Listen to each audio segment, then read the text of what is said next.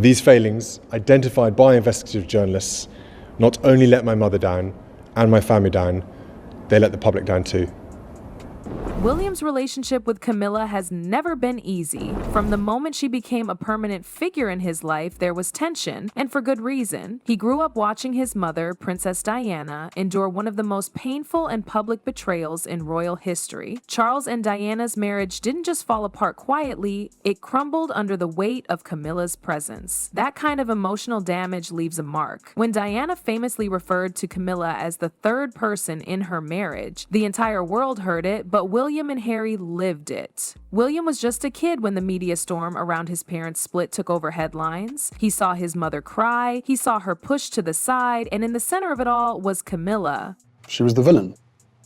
She was the third person in the marriage. She needed to rehabilitate her image. So when Charles and Camilla tried to ease her into the boys' lives after Diana's death, William didn't take it well. He reportedly resisted her presence at every turn. While Harry was said to be more open, perhaps trying to find peace, William remained cold and distant. Some sources say he flat out refused to accept her at first and only agreed to formal introductions under pressure. That distance wasn't just about grief, it was about loyalty. To William, accepting Camilla felt like betraying his mother. Even as years passed and Camilla took on the title of Queen Consort, William's feelings reportedly remained complicated. He's known for being composed in public, but behind the scenes, insiders say he's kept her at arm's length. At royal events, the warmth is limited, the body language stiff. Whatever civility they've shown over the years, it didn't come from genuine connection, it came from necessity. But under the staged royal photos and public smiles, there was a storm that would only intensify over time. When Charles married Camilla, it wasn't just about them, it brought two families together, each with their own baggage, and that made things even more complicated for William. You and your brother both directly asked your dad not to marry Camilla. Yes. Why? We didn't think it was necessary.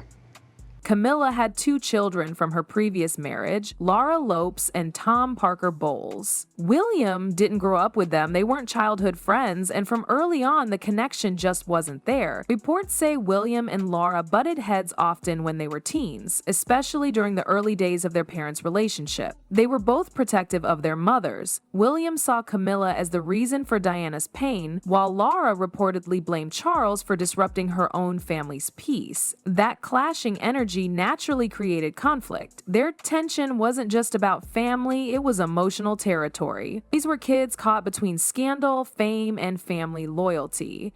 They didn't sign up for it, but they had to live it out in front of the world. Tom Parker Bowles, Camilla's son, was older, but his relationship with William hasn't been particularly close either. While they've shared space at royal events, the connection seems minimal. Tom has built a separate identity in the food world, staying largely out of royal affairs. But insiders say that the divide isn't accidental. There's always been a quiet wall between William and Camilla's children, a kind of you stay in your lane, I'll stay in mine dynamic. Blending families is hard under normal circumstances, but doing it under palace rules with global eyes watching your every move is a whole different level. Every awkward glance, every cold shoulder, every uncomfortable silence can be magnified 1,000 times in the press. And even though the official narrative has always been one of unity and togetherness, those close to the situation know otherwise. And while the royal PR machine worked overtime to paint a picture of unity, those inside the palace knew old wounds don't heal so easily. Camilla's journey to becoming queen wasn't smooth. It was layered in scandal, shame, and deep public resentment. It all began with one haunting quote that defined an era. Princess Diana's quiet but powerful admission during her 1995 BBC interview, "There were 3 of us in this marriage, so it was a bit crowded." That single sentence said everything the world needed to hear. It confirmed what had long been suspected, that Camilla had been involved with Charles long before his marriage to Diana ended.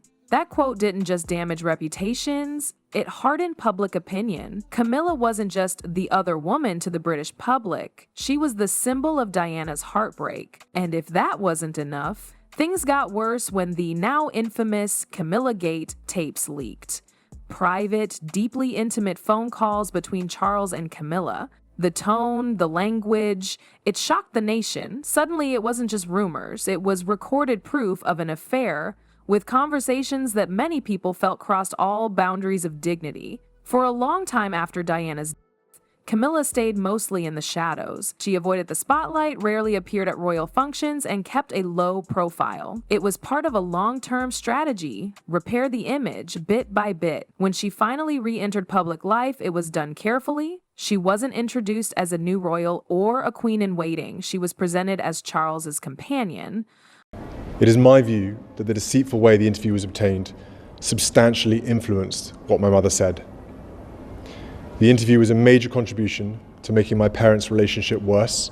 Over the years, royal insiders worked behind the scenes to slowly shift public perception. Camilla took on charity roles, appeared in more family events, and adopted a grandmotherly image that seemed less threatening. Eventually, the queen herself signaled support by allowing Camilla to take on more duties. And when Elizabeth II passed, Camilla was officially named queen consort, not just the wife of the king, but a woman in power. Still, the scars of the past never fully disappeared. For many royal watchers, no title could erase the years of controversy. There's always been a quiet discomfort surrounding her rise, a sense that no matter how much time passes, her presence remains complicated, especially for William. But no matter how hard Camilla worked to repair her image, her rise to the throne came with invisible scars and silent enemies. For years, William remained composed, but behind closed doors, tensions with Camilla reportedly never faded. What pushed him over the edge, though, wasn't just old wounds, it was interference. Sources say Camilla began playing a more active role behind the scenes after Charles became king. She wasn't just a ceremonial figure, she had opinions, influence, and reportedly started inserting herself into internal royal matters. Decisions about press strategies, family appearances, and even succession planning allegedly had her fingerprints on them. What made things worse were rumors that Camilla had a strong hold over Charles's decision-making.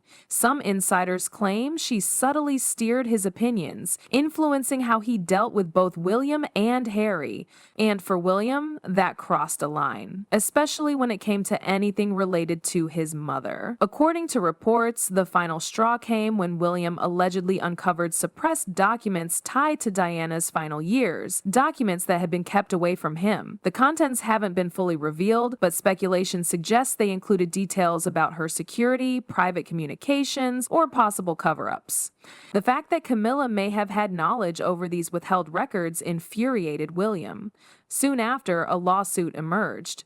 William's legal team filed claims related to privacy breaches, historical cover-ups, and alleged manipulation of Diana's legacy. While official statements remain vague, the case has already shaken the monarchy. It's not just a legal fight, it's personal. It's William drawing a line in the sand. This wasn't a spontaneous move. It's something that had been building for years, maybe decades. From a young boy watching his mother suffer, to a grown man feeling sidelined in decisions involving her memory, this lawsuit seems to be William's way of reclaiming control. He's not just fighting for justice, he's fighting for Diana. And just when it seemed the family had moved on, William's legal strike had reopened old wounds and made new enemies. It doesn't sound like a good idea from where I'm standing, I have to say.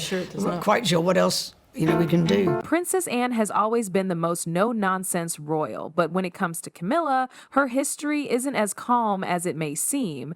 Anne and Camilla have never been close, and there's a reason for that. Back in the day, Anne reportedly had a brief romance with Andrew Parker Bowles, a former husband. That alone set an odd tone between them. Though both women moved on, the underlying tension never really went away. Then there's Anne's approach to duty. She's been one of the most active royals for decades, quietly shouldering engagements and public appearances without demanding the spotlight. That workhorse mentality made it hard for her to accept Camilla's quick elevation, especially given the controversy around Camilla's entry into the family. Anne is old school royal. To her, titles and roles are earned through commitment, not PR makeovers. Years ago, Anne took legal steps to protect her share of royal estates and responsibilities, especially as Camilla started taking on more ceremonial roles. It wasn't just about titles, it was about legacy and standing. That move suggested Anne wasn't just uncomfortable with Camilla's role, but actively making space to protect her own. Now, with William launching a legal battle tied to Diana's memory, insiders believe Anne may be quietly backing him, not in a flashy public way, but with subtle support behind the scenes. She's seen firsthand how family power can shift with perception. Aligning with William could be a way to steer the royal narrative back toward duty, tradition, and protecting the late Princess Diana's image. Anne's loyalty has always been to the crown, but that doesn't mean she supports everyone wearing it. If she sees Camilla's influence as disruptive, then quietly siding with William might not just be personal, but a protective move for the institution itself. With Anne stepping into the fray, this isn't just about personal grudges, it's about protecting Diana's legacy and reshaping the monarchy's future. Inside the palace, things are tense. King Charles is caught in the middle, between the wife he fought decades to legitimize and the son who's now questioning that very decision. Publicly, Charles has said little, but behind closed doors, he's reportedly concerned. A lawsuit risks reopening all the wounds he's worked so hard to bury, and more than anything, it challenges his control over the family narrative. Then there's Prince Harry. His silence has been loud. Given how vocal he's been in the past, you'd expect some statement, but there's been nothing. That silence has sparked speculation. Is he staying quiet out of respect for William's leadership, or is he involved in ways we just don't know yet? Some insiders believe Harry may actually support William's move, but doesn't want to bring attention to himself.